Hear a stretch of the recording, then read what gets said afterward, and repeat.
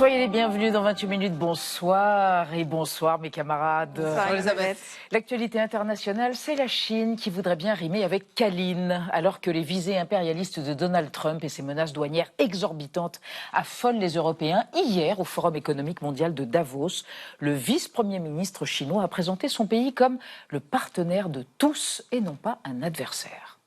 正确之道，应当也只能是通过对话，共同找到解决问题的思路。世界不能重新回弱强势的丛林法治。 Forte d'un excédent commercial historique et désireuse d'apparaître comme un pôle de stabilité dans le chaos du monde, la Chine va-t-elle tirer son épingle du jeu grâce à son ennemi Donald Trump? On en débattra ce soir et avant de vous retrouver en fin d'émission, Marie Bonisseau et Xavier Maudy, je crois que tout est magique avec vous ce soir et magnétique. Ah oui, c'est ça, le ciel exceptionnel de ces derniers jours, des aurores boréales visibles un peu partout en France. Enfin, là où il n'y avait pas de nuages, ça c'est en raison d'une tempête solaire absolument remarquable. Elisabeth, pour parler de ces ciels lumineux, allons au XVIIIe siècle, le siècle des Lumières. S'il vous plaît. Et vous, Marie? Et moi, donc, une chronique sur le retour en grâce des magiciens et des magiciennes dans les soirées mondaines. Je vais essayer de faire disparaître Xavier Maudy, mais je ne garantis rien. Je vais tenter. Il est assez volumineux. Non, ça va, c'est raisonnable. À tout à l'heure, on a hâte. Et pour commencer, savez-vous, vous qui nous regardez, pourquoi le striatum ventral s'active dans notre cerveau lorsque l'on est face à une œuvre d'art dont on reconnaît l'auteur célèbre? Que fait notre cerveau quand on admire une œuvre, mais quand on rejette moralement son auteur? Un regard objectif, est-ce que ça existe en somme? La neuroscientifique Sama Karaki nous répond tout de suite.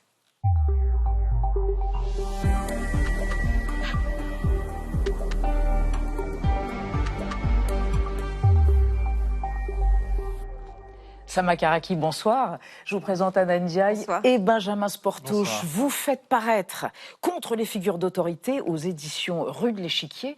Vous combinez, car vous êtes neuroscientifique et vous êtes une sacrée neuroscientifique, vous combinez les neurosciences et puis une approche sociologique néo-bourdieusienne d'une certaine façon pour contester les figures d'autorité culturelles qui nous enferment. C'est ça votre projet ?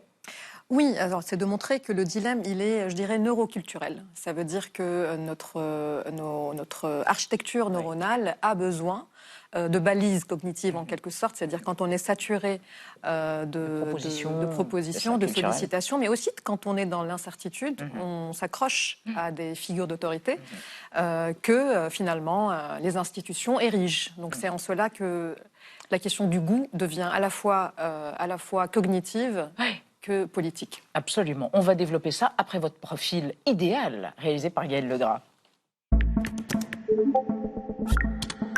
Sama Karaki, vous êtes neuroscientifique et dans votre dernier livre, vous démontez les mécanismes par lesquels nous accordons du crédit aux figures d'autorité, auteurs, scientifiques, entrepreneurs ou encore leaders politiques. Alors comment cette dépendance s'installe-t-elle et est-il nécessaire de s'en libérer? Pour répondre à ces questions, vous avez le profil idéal. Depuis toujours, votre curiosité se porte sur la construction de notre pensée et sur les rouages de nos prises de décision. J'aime comprendre ce qui fait qu'on fait ce qu'on fait, précisez-vous. Une fois licencié en sciences et vie de la Terre à l'université Saint-Joseph de Beyrouth, vous envisagez d'arrêter les études. Je rêvais de partir du Liban sans savoir que c'était possible, je n'avais pas le capital informationnel. Vous êtes alors poussé par Carla Kater, l'une de vos professeurs, chercheuse associée au CNRS Liban. En 2011, vous décrochez un doctorat en neurosciences à l'université de Montpellier. En 2023, dans Le talent est une fiction, vous démontrez que le talent, la réussite, le mérite sont, entre autres, corrélés au capital social et culturel. Vous prolongez votre réflexion dans un podcast de Radio France intitulé Votre cerveau en vous intéressant alors au terreau de notre créativité. Contrairement à ce mythe archétypal du génie solitaire frappé d'un soudain eureka, ce moment ne se produit pas dans le vide. Au contraire, il fusionne à partir d'un nuage particulière d'influence, d'inspiration, sans lequel la créativité ne peut pas se produire. En 2024, vous vous penchez sur la notion d'empathie, un livre écrit en pensant aux habitants de Gaza. Ce qu'on considère moins humain, on lui donne moins d'empathie, et donc on va jusqu'à ne pas s'intéresser à sa souffrance, et encore pire, à trouver cette souffrance légitime. Aujourd'hui donc, vous vous demandez pourquoi et comment notre cerveau accorde le statut de figure d'autorité à quelques célébrités, celles qui orientent nos perceptions, nos jugements ou nos émotions. Page 108, vous écrivez Institutions, médias et dispositifs de légitimation tracent les lignes invisibles que nos yeux suivent, bien avant que nous choisissions quoi lire, qui admirer ou quelles paroles écouter. Sama Karaki, je reprends des questions posées lors de la présentation de votre travail tout à l'heure.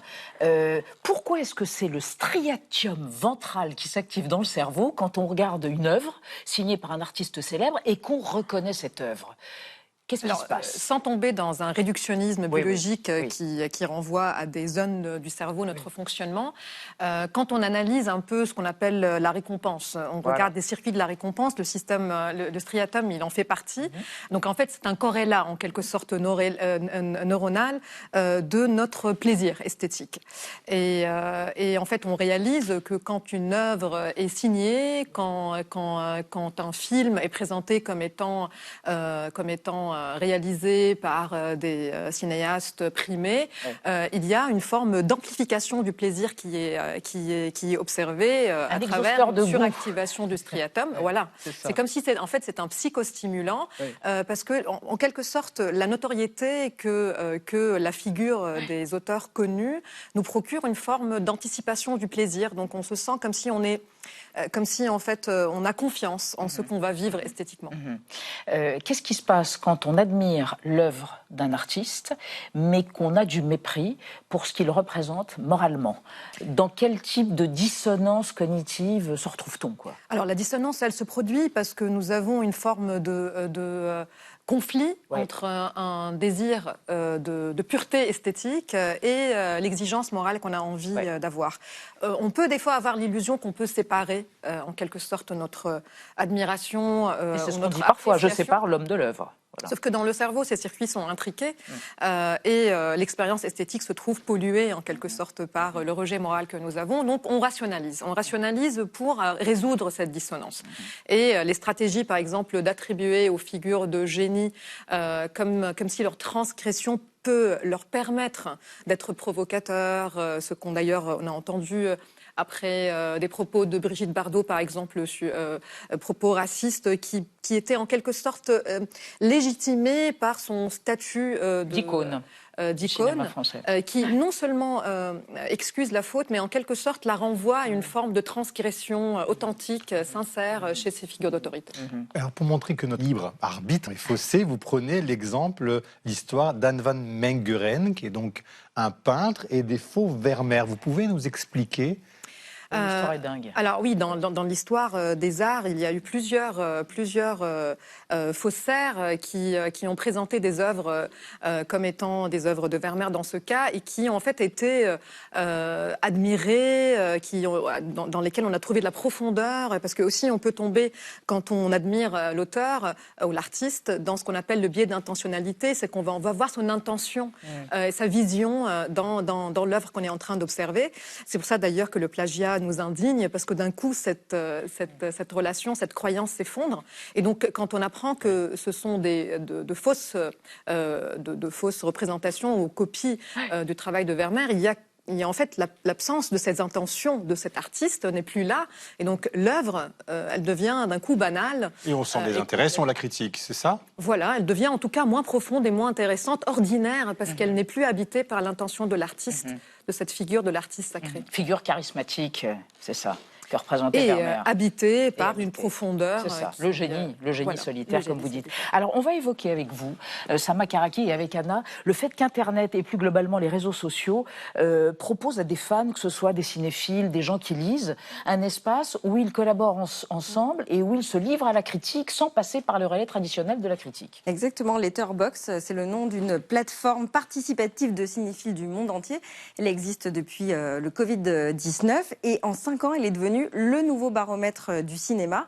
Aujourd'hui, avec plus de 20 millions d'utilisateurs, eh bien, en fait, ils vont noter tous les jours les films qu'ils ont vus, écrire des recommandations, lancer des communautés et puis partager autour de ces films.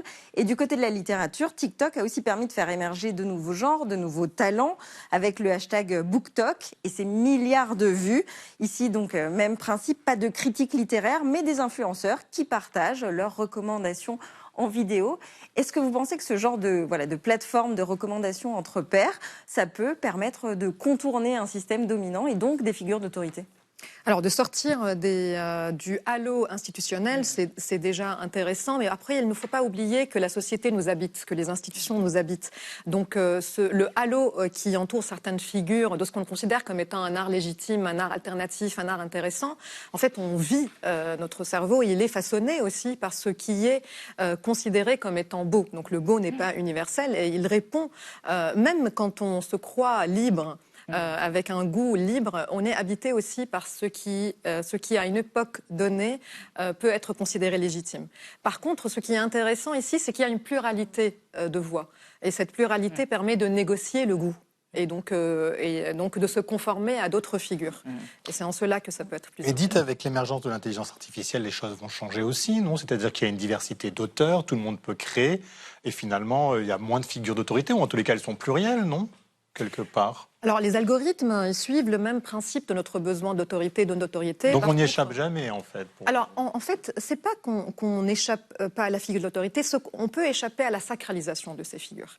Donc, on peut continuer à admirer, ça veut dire de reconnaître une qualité dans le travail de certains ou certaines, sans nécessairement déléguer le sens, l'origine du sens. Ne plus tomber dans le culte laïque du charisme, comme vous appelez ça. Complètement, ou la sécularisation du divin, du sacré de l'Antiquité. Et donc, en fait, de continuer à être exigeant envers des figures d'autorité, de ne pas concentrer en elles le sens du monde ou le sens d'ailleurs du chaos, comme c'est le cas aujourd'hui dans certaines figures politiques qui viennent répondre, en devenant des figures d'autorité, à une absence de confiance dans les institutions et à un chaos institutionnel et politique, géopolitique. Comment on fait émerger une écologie cognitive de la création? Vous avez une minute. Non, mais en favorisant tout ce qui est collectif, tout ce qui est dissident, tout ce qui est rhizomique. Bien sûr. Après, la contextualisation des œuvres, elle a été déjà proposée depuis des décennies. Dans la continuité de la méfiance que donne Laure Murat dans son travail, toutes les époques sont dégueulasses. Absolument. Elle rappelle qu'on ne peut pas avoir un rapport de vigilance continue envers ce qu'on lit, ce qu'on regarde. Et donc, en fait, je prolonge un peu sa réflexion en proposant de questionner la figure du canon. Ça veut dire que si on désacralise l'auteur, l'œuvre devient aussi propriété de son public. Donc elle devient négociée, elle n'est plus propriété d'un musée, elle n'est plus un musée, elle devient un laboratoire. Donc, il ne faut quand même pas mettre à bas les musées, vous n'êtes pas pour la mise à bas des musées. Non, ce n'est pas du tout une destruction, c'est une création. C'est une co-création. C'est une co-création, ce qui est le public devient co-auteur. C'est ça. Et je précise que Laure Murat, c'était aussi l'autrice de Proust, roman familial. On l'avait reçu d'ailleurs ici. Donc, une figure d'autorité aussi.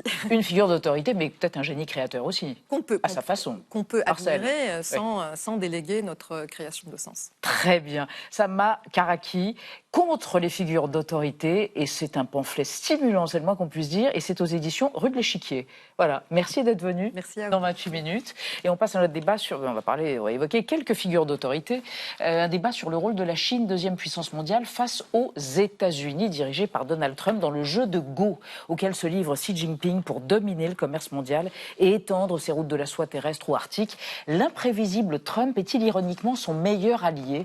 La Chine, plus que jamais leader du Sud global, sera-t-elle bientôt à la tête d'un nouvel ordre mondial? Débat après la mise au point de Sandrine Le Calvez.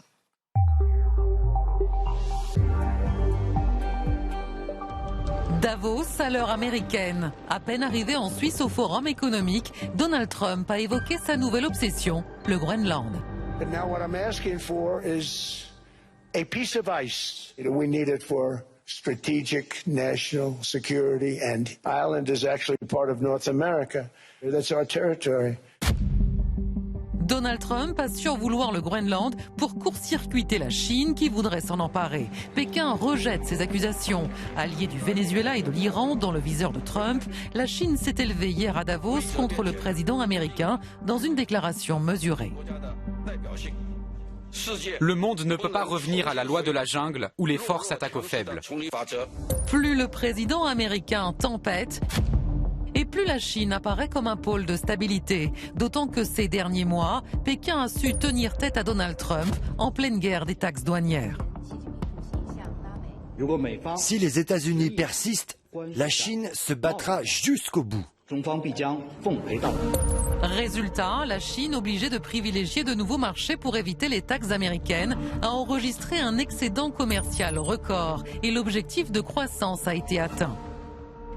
En 2025, malgré les vents contraires, l'économie chinoise a enregistré une croissance de 5%. La Chine engrange les bénéfices du chaos provoqué par Donald Trump. Même l'Inde, grand rival de la Chine, se tourne vers Pékin, qui de son côté a ses propres obsessions, comme les terres rares et Taïwan. Les compatriotes des deux côtés du détroit de Taïwan sont unis par des liens du sang. La réunification nationale est irréversible. Alors faut-il y réfléchir à 2 fois avant de se jeter dans les bras de la Chine? Est-elle un partenaire fiable? Doit-elle finalement remercier Donald Trump de lui avoir redonné des couleurs? Alors, ce qu'en pensent nos 3 invités. Pierre Grosser, bonsoir, historien spécialiste des relations internationales. Vous êtes prof d'histoire à Sciences Po Paris. Dernier essai, l'autre guerre froide, la confrontation États-Unis-Chine. Selon vous, la façon dont les Américains remettent en cause les grandes organisations internationales permet à la Chine d'apparaître comme un pays beaucoup plus stable. Se tourner vers Pékin peut donc paraître logique pour certains pays afin de rééquilibrer la relation plutôt tumultueuse avec les États-Unis. À côté de vous, Alice Ekman, bonsoir. Bonsoir. Sinologue, directrice de la recherche de l'Institut d'études de sécurité de l'Union européenne. Dernier essai, dernier vol pour Pékin, la Chine face à l'Occident. Selon vous, la Chine joue de cette image de stabilité dans la communication, mais dans les faits, ajoutez-vous, on en est loin. Il ne faut pas oublier son soutien à l'effort de guerre russe, ni les tensions vives autour de Taïwan. Et à côté de vous, Ali Laïdi, bonsoir, cofondateur de l'école de pensée sur la guerre économique. Vous avez publié La Chine ou le réveil du guerrier économique.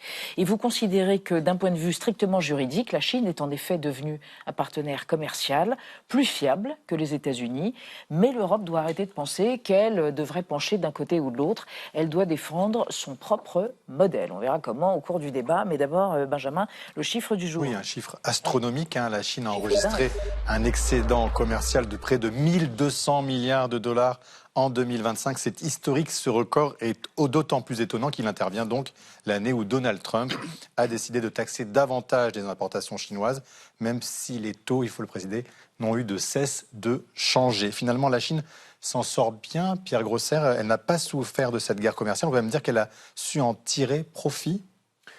En tirer profit, c'est peut-être un peu excessif. On a toujours des débats sur l'état de l'économie chinoise. Certains prédisent la catastrophe, la stagnation. Donc c'est très difficile d'avoir des conclusions définitives. Mais en tout cas, d'un point de vue commercial, effectivement, il continue à avoir des exportations. Et même certains estiment qu'il y en a beaucoup trop, que ça pose des problèmes, évidemment, à des pays qui sont en concurrence avec elle. Ce qui est intéressant, évidemment, c'est l'orientation de ces exportations, c'est-à-dire moins vers les États-Unis, plus vers l'Europe, beaucoup plus vers l'Afrique, mais enfin, on part peut-être pas très haut, et bien entendu l'Asie. Et la grande interrogation, c'est est-ce que, évidemment, la Chine ne passe pas par d'autres pays pour pouvoir contourner les droits de douane dont nous avons déjà parlé. Mais Alice Ekman, ça veut dire peut-être aussi que la Chine a su s'adapter, finalement, très rapidement, et en réorientant ses exportations, en trouvant des nouveaux marchés en quelques mois. La Chine a su brandir la menace du contrôle d'exportation de ces terres rares. De ces terres rares, puisque comme vous le savez, la Chine produit près de 90% des terres rares mondiales. Et donc, quand Donald Trump a menacé d'imposition de nouveaux droits de douane, la Chine a, en octobre dernier, menacé de restreindre l'exportation de ces terres rares. Et ça aurait eu des conséquences sur les technologies américaines, sur la chaîne d'approvisionnement, conséquences importantes. Donc, suite à ça, il y a eu une trêve commerciale qui a été signée le 30 octobre dernier à Busan, en Corée du Sud. C'est une trêve temporaire, parce que comme vous le savez, Donald Trump doit se rendre en avril. En Chine. Tout peut arriver. Tout peut arriver. Et Scott Bessent, qui est le secrétaire américain au Trésor, a dit la Chine a certes été un dur négociateur. D'ailleurs, c'est les termes de Donald Trump. Un dur négociateur, une dure négociatrice, mais elle a fait une erreur parce que ça nous a rappelé à quel point nous sommes dépendants des terres rares. Et d'ici 2 ans, nous allons totalement limiter la dépendance des terres rares pour que la Chine ne puisse plus agiter cette menace. Et donc, on entre, et vous avez raison, dans une dynamique, certains disent de découplage, de dérisquage, c'est-à-dire de limitation des dépendances, mais dans les deux sens. Les États-Unis le font déjà depuis longtemps, mais la Chine elle, depuis maintenant plus de 4 ans, et encore plus dans son plan quinquennal à venir en mars, elle parle d'autosuffisance technologique. C'est-à-dire qu'elle ne veut plus dépendre des États-Unis, mais aussi de l'étranger, quel que soit le pays, pour la production et l'assemblage des technologies. En tous les cas, l'autre effet Trump, c'est que des pays partenaires historiques des États-Unis se détournent désormais de Washington au profit de Pékin. C'est le cas spectaculaire du Canada. Écoutez son Premier ministre Mark Carney. The world has changed dramatically. And it's with this approach that Canada is forging a new strategic partnership with China. And this is a relationship that has been distant and uncertain for nearly a decade. It has had the consequence of leaving us even more dependent on our largest trading partner. Focusing on areas of alignment, Canada and China can create greater stability, security and prosperity for both our nations. Mark Carney qui a même parlé de rupture aujourd'hui à Davos avec les États-Unis. Ali Laïdi, qu'est-ce que ça signifie que la Chine est devenue un partenaire commercial plus sûr que les États-Unis pour des pays, par exemple, comme le Canada? Alors pour le Canada, c'est un petit peu évident, parce qu'il faut quand même préciser qu'ils sont sous la menace d'une invasion des troupes américaines. L'armée canadienne a diffusé récemment un plan susceptible de l'invasion américaine, comment il pourrait s'y prendre s'il devait passer à l'attaque. Donc évidemment, le Canada ne se sent pas très bien vis-à-vis de son grand voisin américain. Donc il a négocié avec Xi Jinping. Alors c'est critiqué au Canada, parce que la négociation, en gros, c'est une baisse des tarifs douaniers sur les produits agricoles canadiens qui iraient en Chine.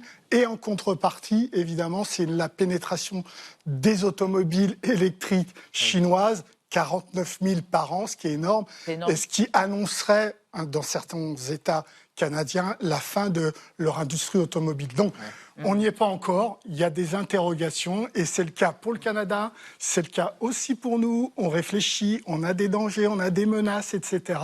Donc évidemment, tout ça n'est pas linéaire, on ne va pas basculer d'une relation particulière avec les États-Unis à une nouvelle relation particulière avec la Chine. Mais Pierre Grosjean, ce qui paraît nouveau quand même, c'est que la Chine maintenant donne des contreparties, puisqu'elle semble ouvrir un peu plus son marché intérieur, en tous les cas c'est ce qu'elle prévoit pour 2026, plus d'importations. Là aussi, elle donne des signaux pour embarquer avec elle des pays occidentaux autrefois favorables aux États-Unis? Il faut voir quand même qu'il y a pas mal de secteurs pour lesquels les exportations vers la Chine ne sont plus si intéressantes que ça, parce que quand même ce qui a quand même beaucoup transformé la situation économique, c'est la montée en gamme de l'industrie chinoise dans à peu près tous les domaines. Et par exemple, on va le voir avec l'aéronautique, on va sans doute le voir aussi avec le luxe. Finalement, l'Eldorado chinois dans les quelques secteurs, le cas français, ça va peut-être plus être l'Eldorado. Et on a au contraire... oui, là aussi, bien entendu. Et on a à l'inverse, la question, c'est que nous, on essaye plutôt de faire venir les investissements. Et on l'a vu encore récemment avec le président Macron, de faire venir des investissements. Et certains disent même, on est à presque un renversement finalement historique, c'est-à-dire qu'on voudrait aspirer la technologie chinoise en attirant les investissements, alors que pendant 20 ans, 30 ans, on a fait l'inverse. Donc c'est pas facile de se tourner vers la Chine.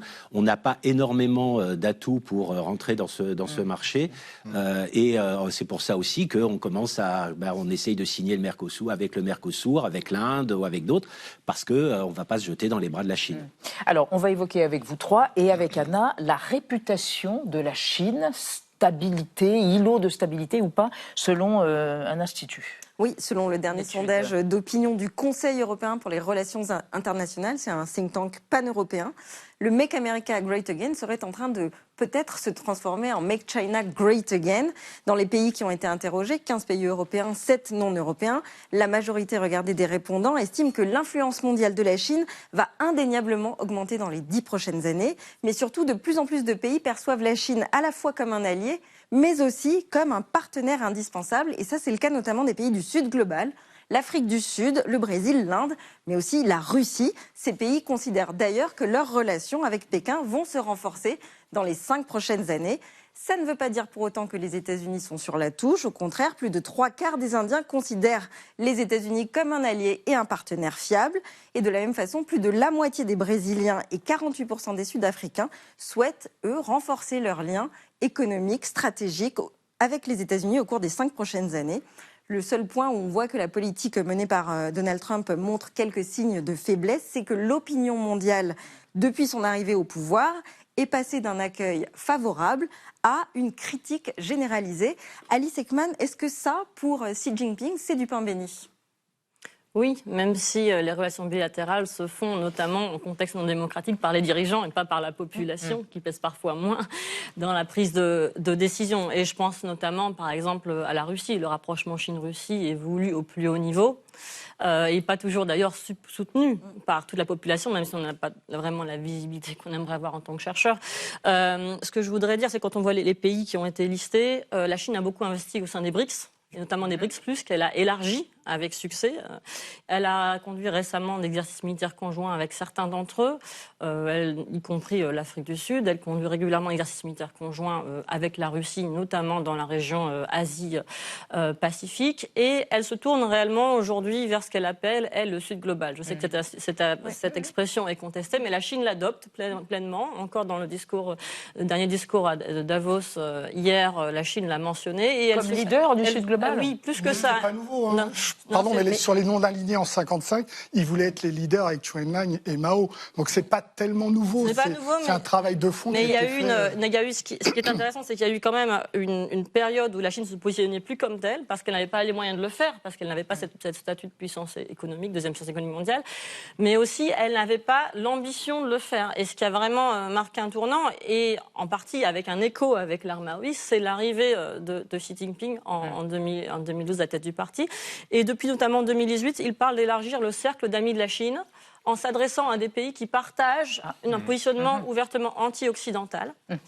Et il ne faut pas sous-estimer cette dynamique aux Nations Unies. Mais justement, en parlant des Nations Unies, Ali El-Laïdi se place aussi la Chine comme un pays qui est très attaché aux institutions internationales, l'UNESCO, l'OMS, contrairement aux États-Unis. Est-ce que ça les fait paraître en tout cas plus stables et plus fiables ? Vous avez vu leur réaction là par rapport au Conseil de la paix, le nouveau projet du président Trump, qui serait tout simplement une ONU, un Conseil de sécurité bis. Avec un ticket d'entrée à 1 milliard. Leur réaction était très simple. Ils ont dit, nous, on est plutôt sur le cadre institutionnel classique, donc les Nations Unies. Ils n'ont pas encore répondu oui ou non, contrairement à la France qui a dit non, mais au moins, ils ont toujours défendu cet aspect-là. Contrairement aux États-Unis, la Chine ne veut pas la destruction de l'Europe. La Chine n'a pas publié une stratégie de sécurité comme les États-Unis en décembre dernier, où elle annonçait officiellement, les Américains annonçaient officiellement qu'on était une civilisation en perdition. Mais parce que peut-être... L'intérêt de la Chine, c'est que nous restions unis Européens, parce qu'il y a un marché de 450 millions de personnes, et pas un marché de gens avec un PIB bas, mais avec une vraie valeur ajoutée de pouvoir d'achat. Donc l'intérêt de la Chine, c'est pas de détruire l'Europe. On n'est pas l'ennemi systémique de la Chine, Pierre Grancer ?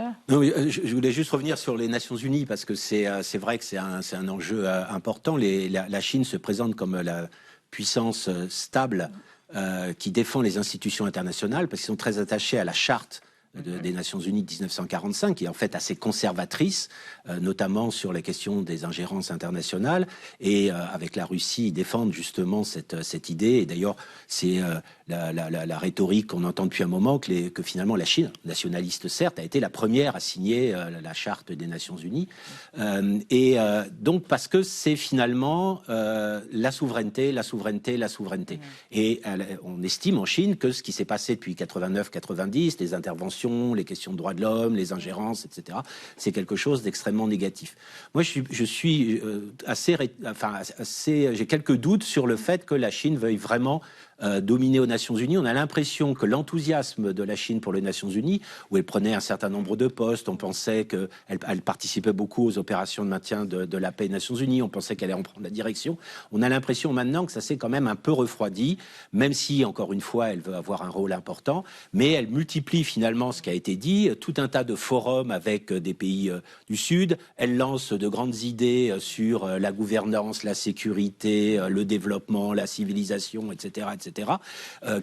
Elle n'essaye pas spécialement de les défendre dans l'ONU. Ce qu'elle veut, c'est que les autres pays reprennent ce vocabulaire plutôt dans des relations bilatérales. Et c'est que en même temps, on dit souvent que la Chine est mise sur le temps long, donc elle se dit peut-être que Trump n'est qu'une parenthèse. Eux, ils sont déjà sur 2049, sur le 100e anniversaire de la République populaire de Chine. Donc quelque part, est-ce qu'ils jouent pas le temps long, eux ? Et puis de toute façon, ils ont misé aussi sur le déclin de l'Occident depuis un certain temps. Ils disent exactement. Que ça, et merci d'en parler. C'est le déclin de l'Occident, c'est-à-dire que la Chine considère que l'Europe fait partie de l'Occident.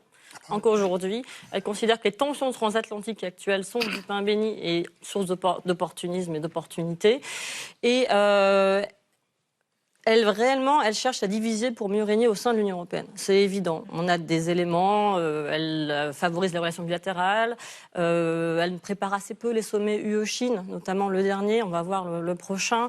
Elle considère que l'Union européenne est potentiellement un acteur hostile, du simple fait que parfois, oui, l'Union européenne parle des droits de l'homme, ou tout simplement a adopté des tarifs L'Union européenne a beaucoup parlé des Ouïghours, des droits humains, sur les importations, etc. sur les voitures électriques. Et puis, il faut se rappeler aussi que cloisonner la relation, c'est-à-dire on essaie de renforcer la relation économique et de mettre de côté les sujets qui fâchent politiquement pour faire avancer les choses quand même, ça ne marche pas. Par exemple, il y a quelques années, comme vous le savez, l'Union européenne et la Chine ont négocié pendant 6 ans un accord d'investissement, un accord cadre d'investissement qui a volé en éclats, qui a été gelé au Parlement européen sur le sujet du Xinjiang, des Ouïghours, avec des sanctions et contre-sanctions qui ont été prises contre des parlementaires européens. Donc c'est un exemple. Et plus généralement, il faut se rappeler que la Chine converge avec la Russie sur sa détestation de l'OTAN, sa détestation de l'Alliance occidentale, et en tant qu'allié, aujourd'hui on reste allié des États-Unis, qu'on le veuille ou non, je ne sais pas, ça dépend des perceptions, mais la Chine considère que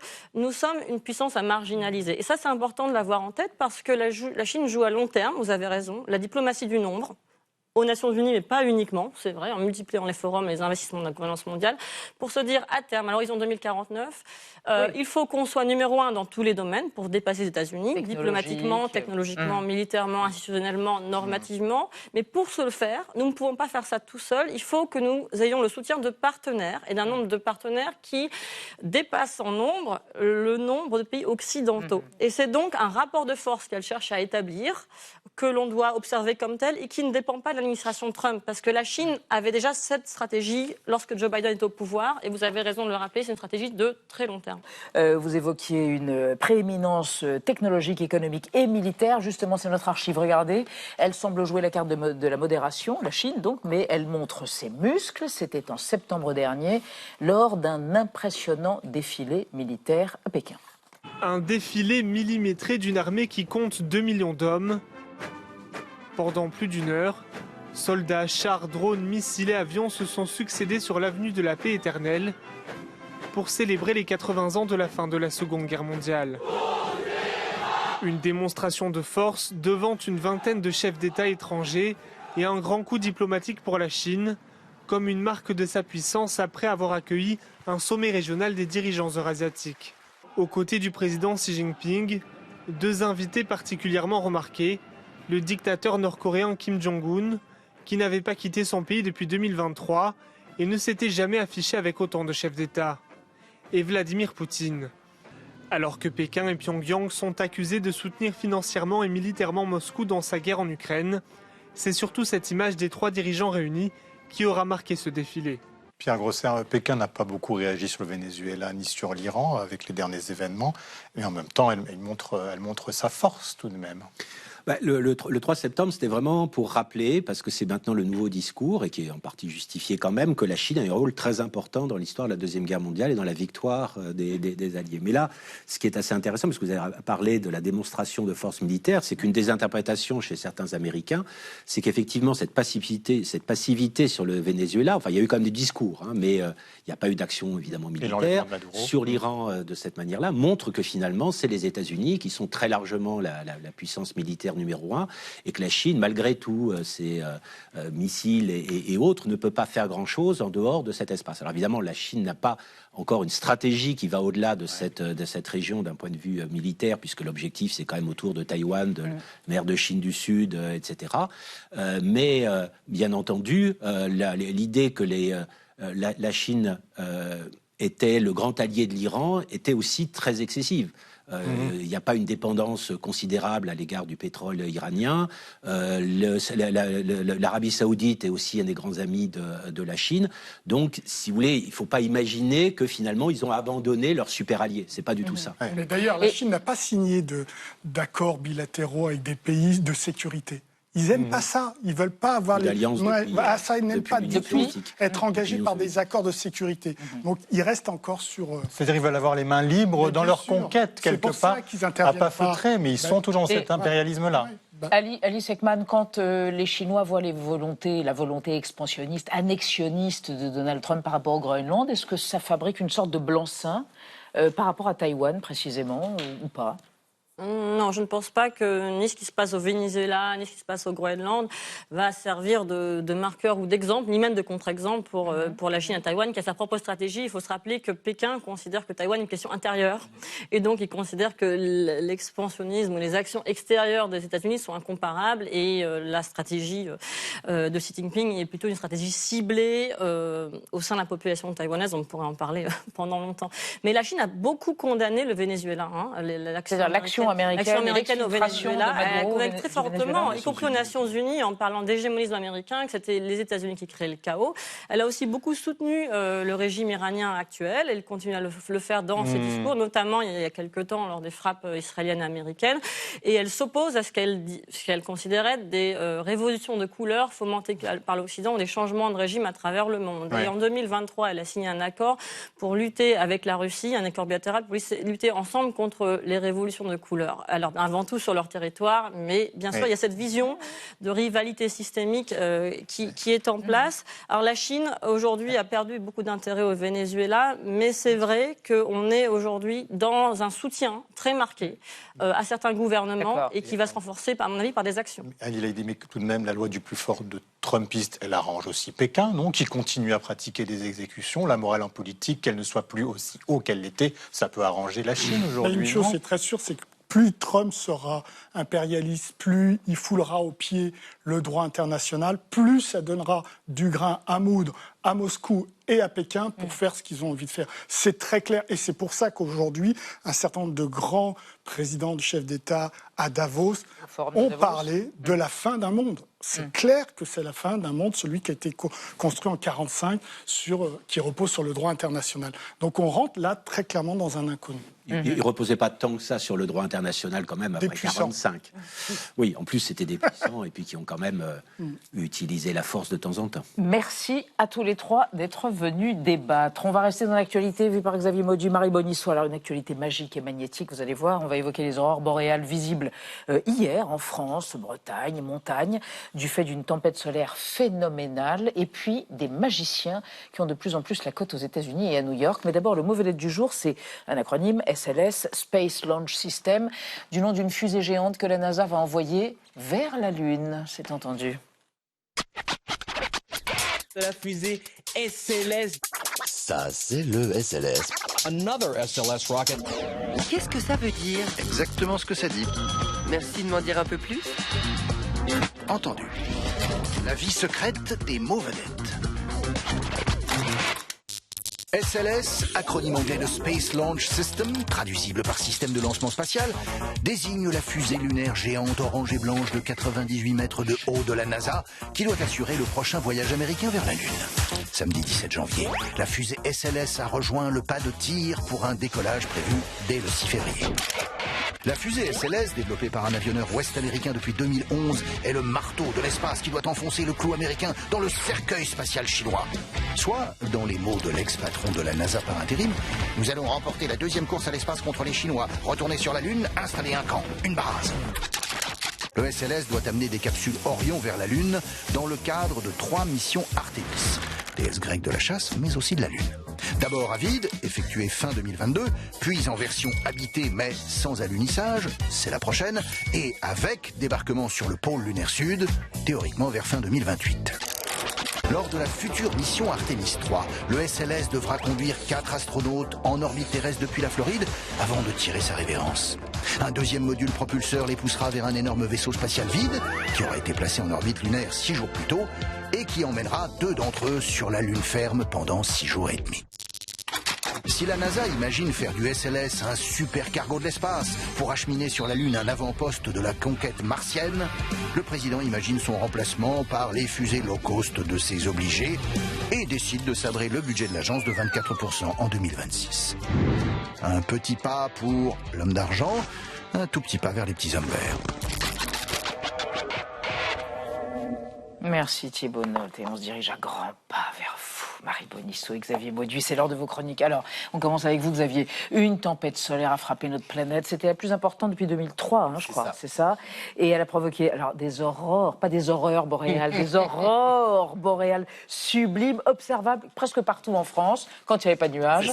Alors, on remonte à l'origine. Oui, nous partons en 1717, Elisabeth, quand pour la 3e année consécutive, Jean-Jacques Dortoux de Méran remporte un prix décerné par l'Académie des sciences, des arts et des lettres de Bordeaux. C'est pour une dissertation sur les phosphores et les noctiluques, c'est-à-dire les noctiluques, c'est tout ce qui peut produire de la lumière dans l'obscurité. Vous vous rendez compte, 3 prix consécutifs. Si bien que l'Académie décide que désormais pour lui, il est interdit de participer. Il faut laisser la place aux autres, mais il est admis dans cette académie, c'est sublime. Il a même pas 40 ans à ce moment-là. Méran, vous savez, c'est un homme de science, mais un peu comme tous ceux que le XVIIIe siècle, le siècle des Lumières, a pu produire.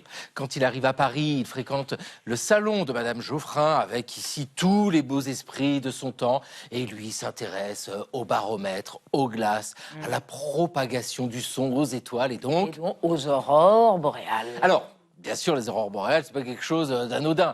Même si, à la fin du XVIIe siècle, au début du XVIIIe siècle, c'est relativement fréquent au sens où ça correspond à des phénomènes liés à la fin de ce qu'on appelle le petit âge glaciaire. Tenez, en 1731, au mois de septembre, au mois d'octobre, les habitants de Breuil-Pont, ça se trouve dans l'Eure, en Normandie, assistent de manière exceptionnelle à au moins 15 soir d'aurore boréale avec le ciel lumineux, coloré. Méran est là. Méran y va, il observe, il fait un compte-rendu pour l'Académie des sciences. Et puis, quelques années plus tard, 1733, il fait même un ouvrage, un traité physique et historique de l'aurore boréale. Oui, lui, c'est un homme de science, si vous voulez. Donc, il écarte déjà toutes les explications liées à la superstition, comme quoi elles annonceraient de terribles catastrophes. Non, lui, sa démarche est beaucoup plus simple. C'est pour ça que c'est historique dans son titre. Il va collecter tous les indicateurs, les informations, les témoignages, etc. depuis des siècles partout en Europe. Il réfléchit aussi à ce que disent les autres scientifiques,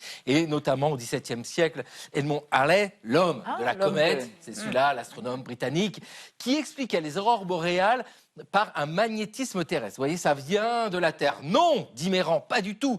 Ça vient du Soleil, c'est la lumière zodiacale. Sauf que voilà, c'est contemporain. Regarde ça avec énormément de scepticisme. Alors Méran fait quelques années plus tard, 1754, une relecture de son traité pour bien insister, pour répondre à tout. Non, ça marche pas. Et même encore au 19e siècle, beaucoup de méfiance. Arago, grand astronome, du c'est que c'est cette histoire-là. Il faut attendre le 20e siècle pour que les aurores boréales soient vraiment expliquées par des phénomènes solaires, les tempêtes solaires. Vous vous rendez compte, avoir raison sitôt, être éclipsé, vous le disiez, c'est une aurore boréale. En tout cas, ce qui est certain, c'est que c'est pas du tout Méran. Oui. Double au carré. Très bien, bravo Mauduit. Alors, chère Marie, les magiciens sont de retour. Alors, je sais pas, mais en tout cas grâce aux réseaux sociaux. Enfin, sur les réseaux sociaux, apparemment. Non, il faut aller à New York, Elisabeth. Bien sûr. Il paraît que vos chances de croiser un magicien ou une magicienne en soirée à New York n'ont jamais été aussi élevées en ce moment. C'est ce que m'a appris un article assez marrant du magazine culturel The Cut, où la journaliste new-yorkaise s'est lancée un petit défi. Elle raconte avoir croisé en une petite semaine une dizaine de magiciens au moins et de mentalistes payés, rémunérés, se faufilant dans les foules de fêtards, comme par exemple à la soirée de fin d'année de la boîte de production de cinéma la plus branchée du moment, A24. Il et elle sont de retour. Ces magiciens de close-up. Donc en français, c'est pas très bon, on dit magie rapprochée. Vous savez, ce sont ces tours qu'on se fait en face à face, avec des cordes, des cartes, la petite pièce de monnaie là qu'on va chercher derrière l'oreille, alors qu'elle est dans la manche. Je sais pas le faire. Alors, évidemment, ces tours, on a l'impression de les connaître par cœur, mais ils se sont un peu modernisés. Par exemple, on ne fait plus changer la corde subitement de longueur. On fait ça avec des chargeurs de téléphone portable. Vous voyez, mais c'est la même histoire. De toute façon, il y a une magicienne, Saïbzada, qui explique à The Cut qu'à cause d'Internet, tous les secrets des tours de passe-passe ont été dévoilés au public. Et donc, elle dit que désormais, tout repose à peu près sur la personnalité, sur le charisme, sur le bagou de l'illusionniste. L'histoire qu'il ou elle va broder autour des cartes. Ceci dit, Internet a certes vendu la mèche, mais il faut quand même reconnaître que les réseaux sociaux ont bien aidé à ce fulgurant comeback, ce retour en grâce, notamment TikTok. TikTok, c'est une plateforme de partage de vidéos. Et en fait, ça a démocratisé. Tout un chacun peut désormais monter, faire du montage avec des petits films. Vraiment, ça devient très facile. Et donc, rajouter des effets à ces petits films. Et ça crée de la magie qu'on voit un peu partout sur TikTok. Le maître du genre, c'est lui. Regardez comme c'est fascinant. Il s'appelle Zach King. Ah oui. Et tout ça, c'est du virtuel. Vous voyez, c'est avec des outils de montage qui fait ça. Je trouve ça très poétique. Alors, c'est un magicien virtuel, c'est pas tout à fait le close-up dont je vous parlais tout à l'heure. Mais pour ça aussi, il y a du public sur les réseaux sociaux. On va en Normandie, un jeune Normand, Achille Magic. Et bien lui, il a 3,5 millions quasiment d'abonnés sur TikTok. Et il fait, vous voyez, voler des billets. C'est une superstar. Il y en a un dernier que j'adore, c'est Donovan. Lui, je l'adore parce qu'il va vraiment... Au supermarché. Mais oui, il va dans les supermarchés, vraiment rencontrer des clients qui ne s'y attendent pas du tout. Et il leur fait des tours de magie, un catalogue à la main. Quand vous achetez une serpillière, vous avez, je ne sais plus sur quelle page c'est, vous avez des cacahuètes en plus quand vous achetez la serpillière. Ok. Vous pouvez essayer. Du coup, je veux du brocoli. Ouais, brocoli ou n'importe. Et là, vous secouez coup sec. Coup sec. Plus, c'est possible ou pas? Non, ça marche que quand c'est lui. Mais oui, mais on a très envie d'y croire. C'est la conclusion de The Cut qui nous dit qu'en ces temps de désinformation généralisée, la magie, c'est peut-être un moyen de dire oui à une illusion sans danger. Et alors, s'émerveiller. Vous avez réussi à faire disparaître quelque chose? Ah non, mais Et vous avez fait disparaître ses cheveux, vous. Mais vraiment bien. Bravo, joli. Magicien ose. Merci à tous, merci de votre fidélité. On se retrouve demain à 20h05. Tchuss.